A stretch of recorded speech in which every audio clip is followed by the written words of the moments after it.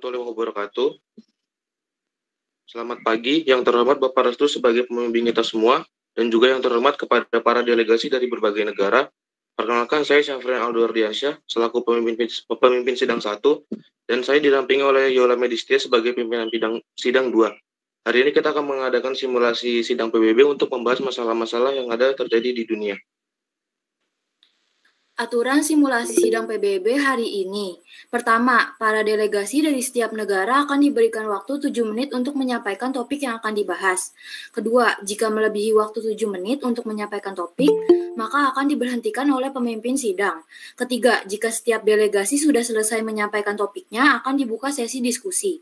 Masing-masing delegasi dari berbagai negara bebas untuk bertanya kepada delegasi negara lain. Tanpa berlama-lama lagi, mari kita mulai simulasi sidang PBB pada pagi hari ini. Yang pertama, kepada delegasi Qatar, silakan memulai pembahasan topiknya. Baik, terima kasih yang terhormat para pemimpin delegasi sidang. Di sini saya mewakilkan negara Qatar, bahas tentang child abuse. Kekerasan pada anak awalnya mengalami penurunan pada awal pandemi, namun kejenuhan dan tuntutan kerja pada akhirnya mengalami peningkatan sekitar 15%. Kebanyakan korban kekerasan merasa takut untuk melaporkan karena kurangnya informasi untuk mengadu. Hingga kasus terungkap apabila sudah berlangsung waktu yang lama. Kami di sini ingin memulai dari apa makna dari child abuse sendiri. Child abuse atau bisa disebut dengan child multi-treatment, atau yang lebih familiar lagi di telinga kita adalah orang-orang yang sebagai pelecehan seksual pada anak. Pelecehan anak dapat mencakup setiap tindakan atau kegagalan untuk bertindak oleh orang tua atau pengasuh yang mengakibatkan bahaya nyata atau potensial pada anak dan dapat terjadi di rumah anak atau di organisasi, sekolah, atau komunitas tempat si anak berinteraksi. Dari data Organisasi Perserikatan Bangsa-Bangsa atau PBB untuk anak, UNICEF menyebutkan 6 dari 10 anak di dunia telah menjadi korban kekerasan. Terdapat 40 juta orang anak di bawah 15 tahun mengalami penganiayaan dan penelantaran. Dan 2 juta orang anak terlibat dalam pornografi dan prostitusi. Data ini diambil dari 190 negara. Direktur Eksekutif UNICEF, Anthony Lake, menyebutkan kekerasan anak telah terjadi di tempat paling aman bagi anak-anak seperti rumah, sekolah, dan lingkungan komunitas. Kekerasan ini telah dilakukan oleh anggota keluarga, guru, tetangga, orang asing, dan bahkan anak-anak lainnya. Lebih lanjut, data organisasi ini memaparkan variasi kekerasan terhadap anak dan remaja di seluruh dunia. Yang pertama, pada tahun 2021 lalu, sebanyak 95.000 anak di bawah 20 tahun diketahui menjadi korban pembunuhan. Mayoritas kasus semacam ini terjadi di negara-negara Amerika Latin seperti Brazil, Venezuela, Panama, El Salvador, dan Guatemala. Yang kedua, sementara di Nigeria, tempat di mana kelompok teroris Boko Haram berada, dilaporkan 13.000 anak tewas akibat kekerasan. Yang ketiga adalah ada 84 juta remaja putri yang telah menikah di seluruh dunia menjadi korban kekerasan seksual, psikologis, dan fisik oleh suami mereka. Mayoritas kekerasan rumah tangga tersebut terjadi di Kongo, Uganda, Tanzania, Zimbabwe, dan Guinea Ekuatorial. Yang kelima, di antara negara-negara Eropa Barat dan Amerika Utara, hampir 1 dari 3 anak umur 13 sampai 15 tahun mengalami kekerasan di Latvia dan Rumania. Angka kekerasan terhadap anak mencapai 60%. Dampak bagi korban child abuse secara fisik maupun psikis bervariasi, yang dipengaruhi oleh tahap tumbuh kembang anak seperti secara fisik, mengalami komplikasi serius seperti patah tulang, luka bakar, dan cacat menetap. Yang kedua, secara psikis. Secara psikis, anak akan menarik diri dari lingkup keluarganya dan kata-kata kasar yang selalu diterimanya akan menjadi kebiasaan sendiri untuk berbicara seperti itu. Yang ketiga adalah secara sosial.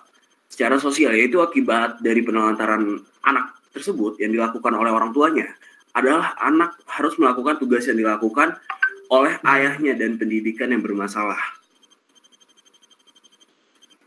Saya lanjutkan saja.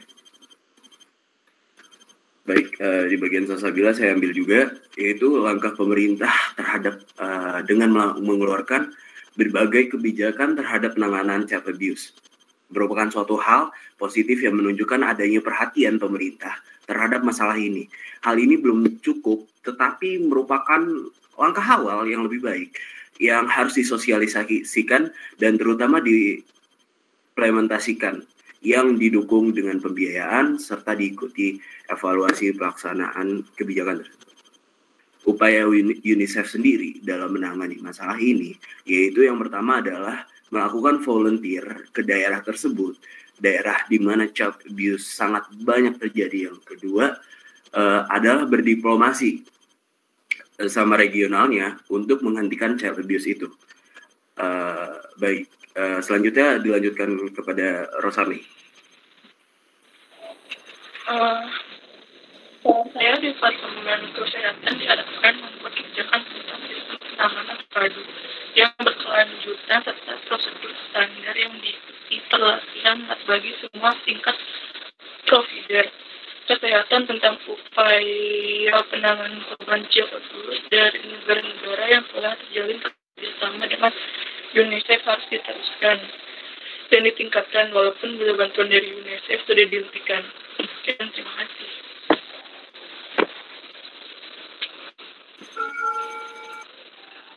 Baik, yang terhormat para pimpinan delegasi pada sidang ini, sekian dari materi sidang saya tentang child abuse dari kelompok kami Qatar.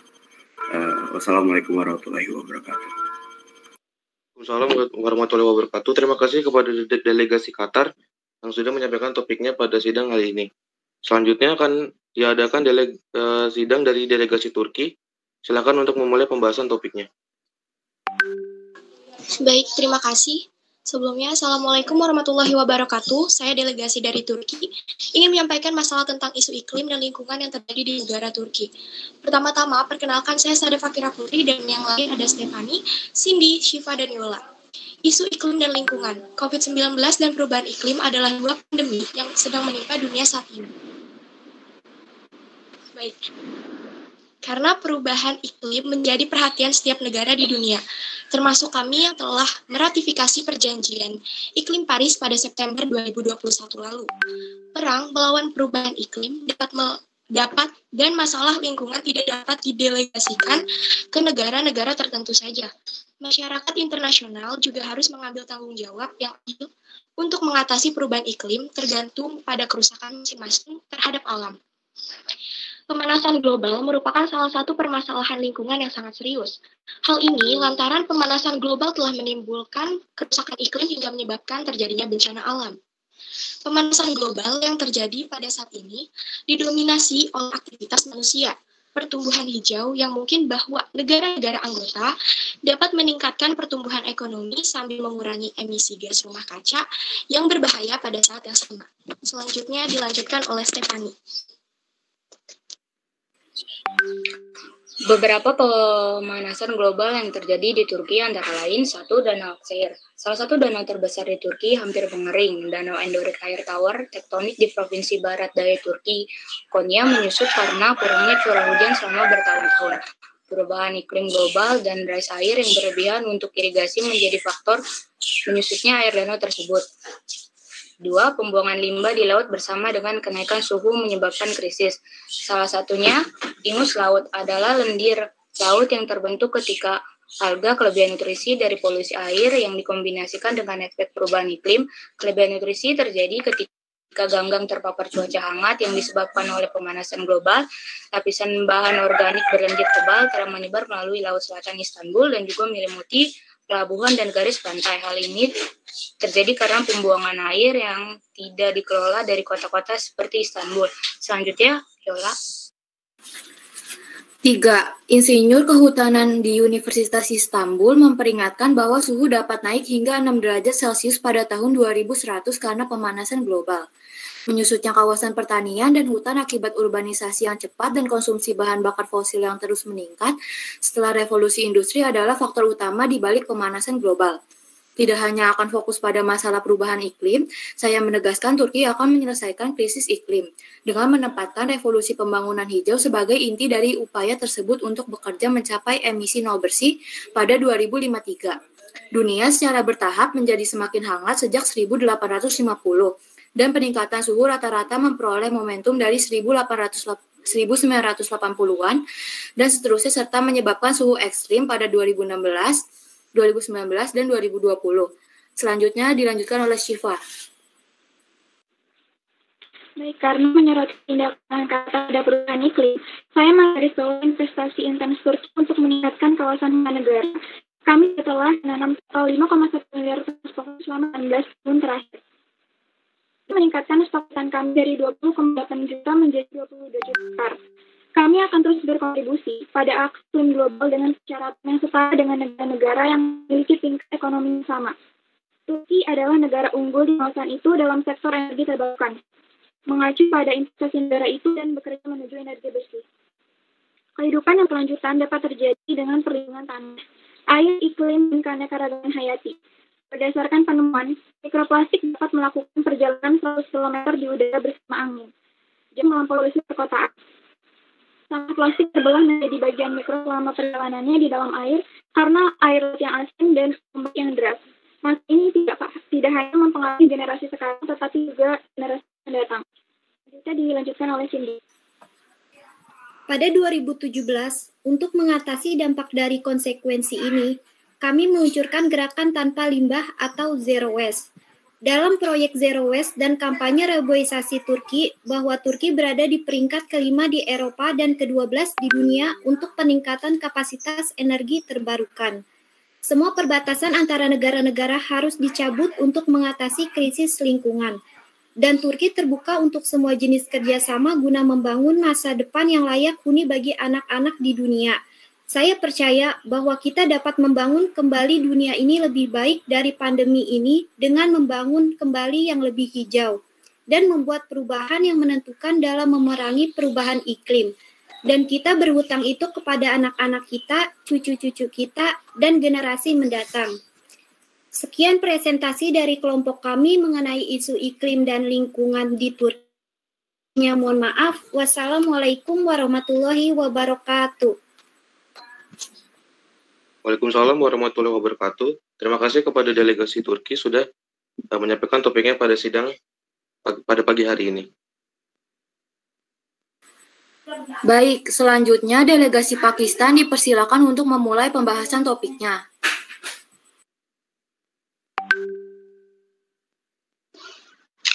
Baik. Good morning, dear audience. We are the representatives of Pakistan who would like to present our speech, statements, and few facts about child abuse that are popular nowadays. Please pay attention to our topic. May this make you know more about child abuse case in the world and Pakistan. Happy listening and enjoy. In a world where the population mostly has grown and educated well, but still there are few adults who abuse their maturity. About 40.150 children aged 0 to 17 years old die because of abuse globally. A total of 28.160 were boys and 11.190 were girls. Representatives of United Nations say that half of the world's total child population, or about 1 billion children, experience physical abuse, sexual abuse, psychological abuse, injury, become disabled, and pass away. Globally, at least 120 girls under the age of 20 years old, 1 in 10, had forced to involved into sexual acts. In Pakistan, August 2015 reached 300 children allegedly sexually abused by film, and their parents were blackmailed. Meanwhile, in the world, about 120 million girls and young women under 20 years old are sexually abused. Talking the rampant cases of child abuse in Pakistan, the Human Rights Commission of Pakistan estimates that more than 20,000 cases of kidnapping and persecution of children reported since 2015, or about 13 cases each day. In 2019, Human Rights Watch HRW revealed that abuse against girls, including rape, so-called honor killing, domestic violence, and forced marriage. This means 18% of girls married before 18 years old and 4% married before 15 years old. All of this still being a serious problem in Pakistan. Yes. According to non-governmental organization based in Islamabad called Sahel, on average every day there are 11 cases of child abuse that reported happened in Pakistan. Perpetrators of sexual abuse that occur to children are usually carried out by adults who are around children. However, in some cases, there are facts that show how children can sexually abuse other children. Things that can trigger children to become perpetrators of sexual abuse include experiences of sexual abuse that happened in the past. Also, exposure to pornography and porn action, children can become victims of sexual abuse because their cognitive abilities still tend to be immature, while their sexual abilities have started to grow. Number of major cases in recent years have drawn attention to violence against women and girls in Pakistan that encourage activists and politicians to act immediately. The Children Protection Organization, Sahel, launched a program to protect children from victims of sexual abuse by holding outreach in schools. The rise of violence against children can reduce the quality of life of children because of past trauma and mental illness, not to mention if someone is disabled after experiencing violence. The impact of this violence is very dangerous. For example, unstable emotion, low self-esteem, self-harm, being hard to interact and want to continue to take dangerous actions, decreased ability and brain function, and mental health disorders. Worse, because as a child, they or the victim receive violence from adults. When they grow up, might be doing the same to their child or other children. No matter how long the traumatic experience has passed, the effect of abuse on children will cause ongoing disturbances if not treated properly. It is important for victims of child abuse to get help from psychologists or psychiatrists to cope with long-term effect. The future of a child who experiences abuse will be hard in the future, but it doesn't mean that the child will end their life.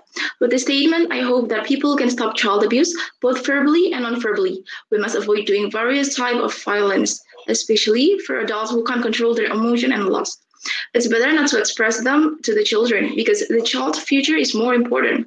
From a bright future of children, there are benefits for the development of an area that will be filled with quality young people. Actions to protect children from abuse cannot be carried out by a group alone. We as civilized human beings who live in a proper place and get a great education should be more sensitive to our surroundings by not participate and stop child abuse. Not only in all countries that are known for rampant of child abuse, but also all countries that have populations of children. All children have the right to feel safe, comfortable, and have the right to enjoy their childhood. Therefore, all governments should tighten the protection of children and also penalty against perpetrators of child abuse. With all due respect, we ask UNICEF as a child protection organization to help children around the world to protect children and victims of child abuse, to give them the rights they deserve and the rights they can feel. We invite all countries to participate in reducing cases of violence against children and ask for help from UNICEF to give children the right they deserve. That's our topic for today. Thank you for your time and thank you for your kind attention to our speech. We're sorry if there's any word or our behavior which unpleasing you all. Good morning and thank you. Baik, terima kasih kepada delegasi dari negara Pakistan yang sudah menyampaikan topiknya pada simulasi sidang PBB hari ini. Yang terakhir, delegasi Jepang dipersilakan menyampaikan pembahasan topiknya. Baik, yang terhormat pimpinan sidang 1, pimpinan sidang 2, dan seluruh delegasi peserta sidang yang telah hadir hari ini, negara kami Jepang akan menyampaikan topik sidang yang bertemakan sengketa Pulau Dokdo antara Jepang dan Korea Selatan. Saya lanjutkan ke Naswa. Banyaknya sengketa wilayah yang terjadi dengan saling klaim atas sebuah wilayah merupakan hal yang saat ini menjadi perhatian dunia. Wilayah yang diklaim biasanya berupa wilayah daratan, wilayah laut, dan dapat juga berupa pulau. Sengketa wilayah secara garis besar dapat disebabkan oleh dua hal, yaitu dalam bentuk bagian wilayah negara atau dapat juga dalam bentuk klaim terhadap suatu bagian dari wilayah negara yang berbatasan. Yang ingin kami bahas pada kali ini adalah tentang sengketa Pulau Dokdo antara Jepang dan Korea Selatan. Dilanjut oleh Regina. Gugusan Pulau Karang oleh Korea Selatan disebut sebagai Pulau Dokdo. Dan oleh Jepang disebut sebagai Pulau Takeshima. Sebenarnya adalah sengketa yang telah muncul sejak akhir Perang Dunia II. Jepang menyatakan dengan tegas bahwa secara historis maupun yuridis, Pulau Dokdo adalah bagian dari wilayah kedaulatan Jepang. Dilanjutkan, Kak Aldo.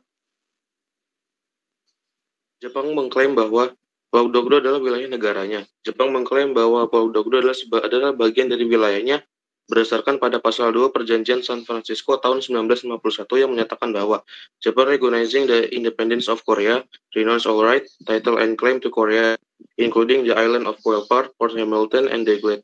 Jepang mengakui kemerdekaan Korea dan melepaskan semua hak kepemilikan dan klaim atas Korea, termasuk Pulau Coel-Part, Port Hamilton, dan Daegu. Selanjutnya akan dibacakan oleh Romi Dwi Cahyo.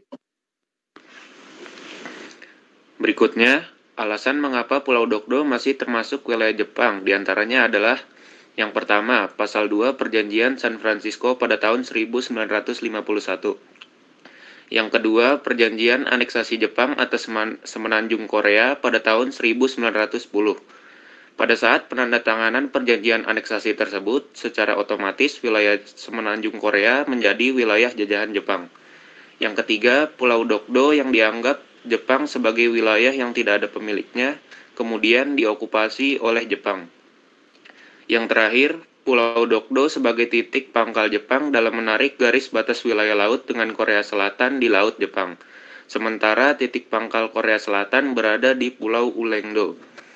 Selanjutnya dilanjutkan oleh Cecil. Pulau Dokdo pada dasarnya tidak mempunyai sumber daya alam apapun. Hal ini dikarenakan kondisi Pulau Dokdo merupakan pulau karang yang tandus dan berukuran kecil. Akan tetapi, potensi sumber daya alam, sumber daya mineral banyak terkandung dalam wilayah laut sekitar Pulau Dokdo. Wilayah laut Jepang di mana Pulau Dokdo berada juga merupakan sumber utama perikanan Jepang dan Korea Selatan. Berdasarkan data organisasi Pangan Dunia atau UNFAO. Pada tahun 2009, Jepang yang memiliki teknologi perkapalan yang modern dan canggih berhasil menangkap lebih dari 4 juta ton ikan per tahun dan hasil laut lainnya. Dilanjutkan oleh Nasir. Sangat perlu bagi pemerintah Jepang dan Korea Selatan untuk segera menyelesaikan sengketa Pulau Dokdo dengan secara damai sesuai dengan yang diakui oleh hukum internasional. Hal ini untuk menghindari akibat-akibat terburuk yang berpeluang terjadi apabila sengketa ini tidak segera diselesaikan. Penyelesaian sengketa Pulau Dokdo ini hukum terhadap status kepemilikan Pulau Dokdo dan menetapkan batas maritim antara Jepang dan Korea Selatan di Laut Jepang. Selanjutkan ke Regina. Sekian dari kelompok kami mengenai isu sengketa Pulau Dokdo antara Korea Selatan dan Jepang. Di sini kami tegaskan lagi bahwa alasan mengapa Korea Selatan tidak boleh mengklaim Pulau Dokdo sebagai wilayah dari negaranya. Karena pada pasal 2 Perjanjian San Francisco, Jepang telah melepaskan semua hak kepemilikan dan klaim atas Korea, termasuk Pulau Coel-Part, Port Hamilton, dan Daegu. Sekian dari kelompok kami, kurang lebihnya mohon maaf, terima kasih. Saya kembalikan lagi ke pemimpinan sidang 2, Yola. Terima kasih kepada delegasi dari negara Jepang yang sudah menyampaikan topiknya pada simulasi sidang PBB hari ini. Terima kasih pada semua delegasi negara sudah menyampaikan topik yang akan dibahas pada kali ini. Saya kembalikan kepada pimpinan 1, Aldo. Terima kasih. Setelah ini akan dibuka sesi diskusi. Silakan kepada delegasi dari berbagai negara, apakah ada yang ingin ditanyakan kepada delegasi lain? Jika ya, tolong sebutkan nama dan asal dari negaranya. Terima kasih.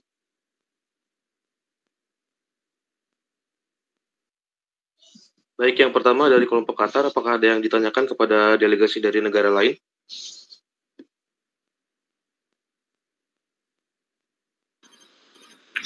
Baik, dari kelompok kami sepertinya tidak ada pertanyaan sama sekali. Delegasi yang lain. Baik, terima kasih. Yang kedua, untuk delegasi Turki, apakah ada yang ingin ditanyakan kepada delegasi lain?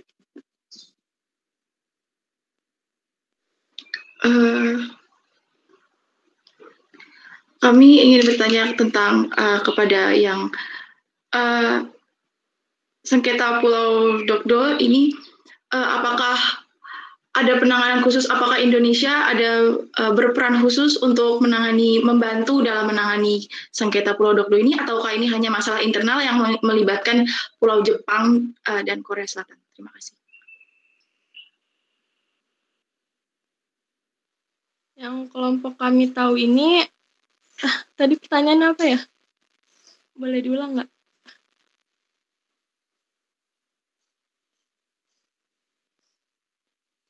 Nilu, maaf pertanyaannya. Apakah Indonesia juga berperan dalam membantu dalam menangani kasus sengketa ini, ataukah ini hanya masalah internal yang hanya melibatkan Jepang dan Korea?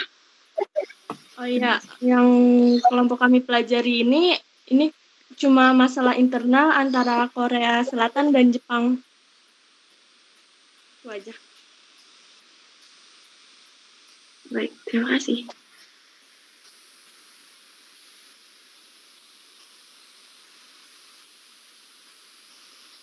Ada yang ingin disampaikan lagi dari delegasi Pakistan?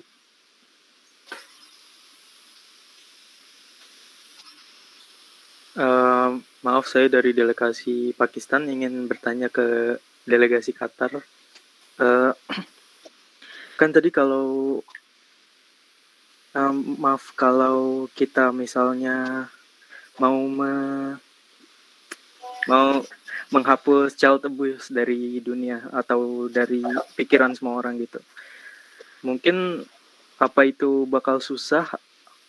Menurut delegasi kalian, apa itu bakal bisa atau mungkin belum bisa, dan mungkin butuh berapa lama untuk bisa menyelesaikan kasus ini? Terima kasih.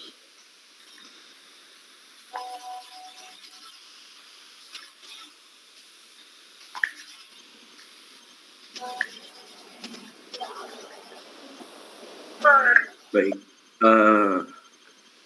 menurut saya child abuse sendiri ini bisa dihapuskan dari seperti tadi yang Niluh bilang, kalau mulai dari individu itu dari yang kecil, dari individu, baru kita bisa menghilangkan pikiran tentang pelecehan seksual terhadap anak, baru PBB yang bergerak untuk menghilangkan child abuse sendiri, karena child abuse itu pelakunya sendiri yang memiliki pikiran negatif terhadap anak-anak di bawah umur. Jadi menurut saya bisa dihilangkan tergantung dari individu sendiri, dari pikiran individu. Sekian dari saya.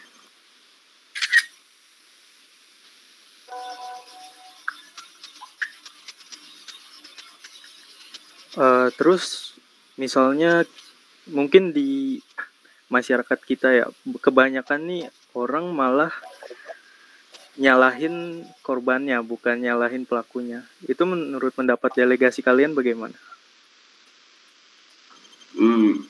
Kalau menurut saya sih, kalau justru malah menyalahkan korban ya, misalkan korban yang memakai pakaian yang terbuka atau bagaimana.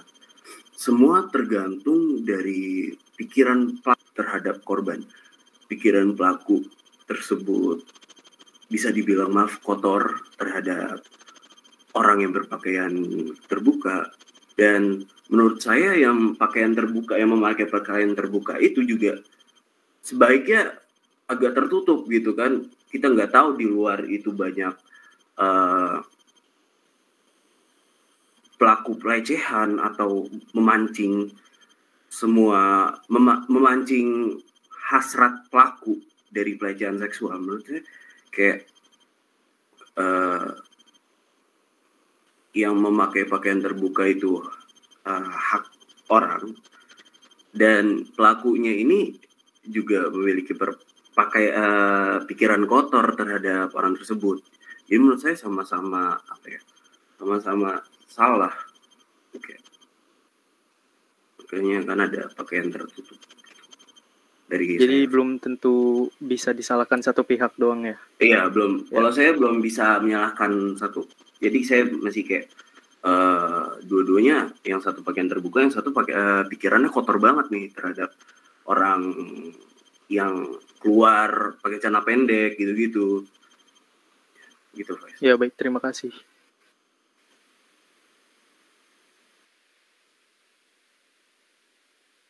Malten, kalau misalkan pakaian kita pun terbuka, itu hak bebas kita kan. Orang lain tidak mempunyai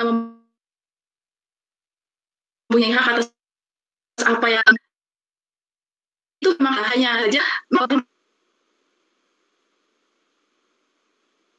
karena berpikiran aneh dengan supaya tidak terkena abuse dari orang lain, masa kita harus mengatur cara berpakaian kita, sedangkan itu hak kita sendiri, kita yang pilih mau pakai atau enggak.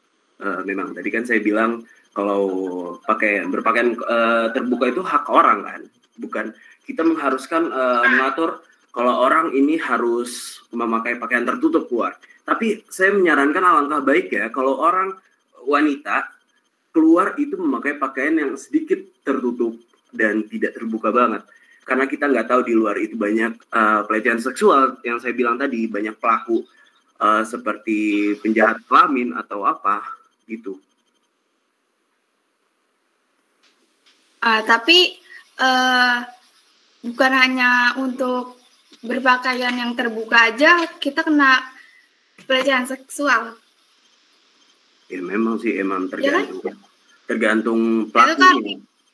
Lebih mengarah ke pelakunya, salah pelakunya karena pikirannya. Tapi kan emang semua child abuse sendiri terjadi karena pelakunya, nggak ada kasus child abuse dari korbannya, dari salah korbannya. Kan tadi saya cuma bilang kalau misalkan pelaku memiliki pikiran kotor dan si korban ini memakai pakaian terbuka, karena kita nggak tahu pikiran orang bagaimana terhadap kita yang memiliki memakai pakaian terbuka.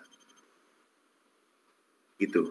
Jadi saya nggak menyalahkan atau mengatur orang untuk memakai pakaian tertutup, saya hanya menyarankan dan menghindari dari menurut saya kayak orang-orang aneh yang udah mulai aneh terhadap kita, dihindari.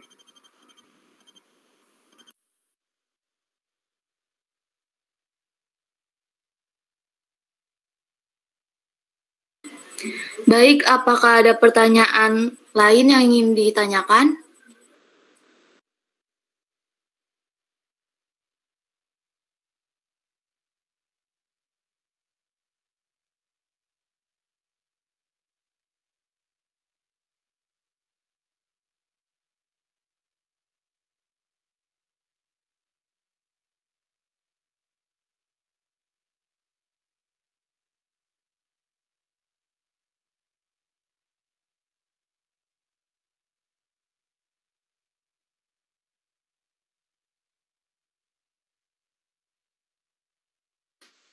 Baik, terima kasih untuk seluruh peserta simulasi sidang PBB 2022 yang telah mengikuti sidang hari ini. Alhamdulillah simulasi sidang PBB pada hari ini sudah selesai. Semoga semua harapan kita untuk dunia yang lebih baik bisa terwujud dengan saling bekerja sama antara satu sama lain. Sekian simulasi persidangan hari ini saya tutup. Wassalamualaikum warahmatullahi wabarakatuh.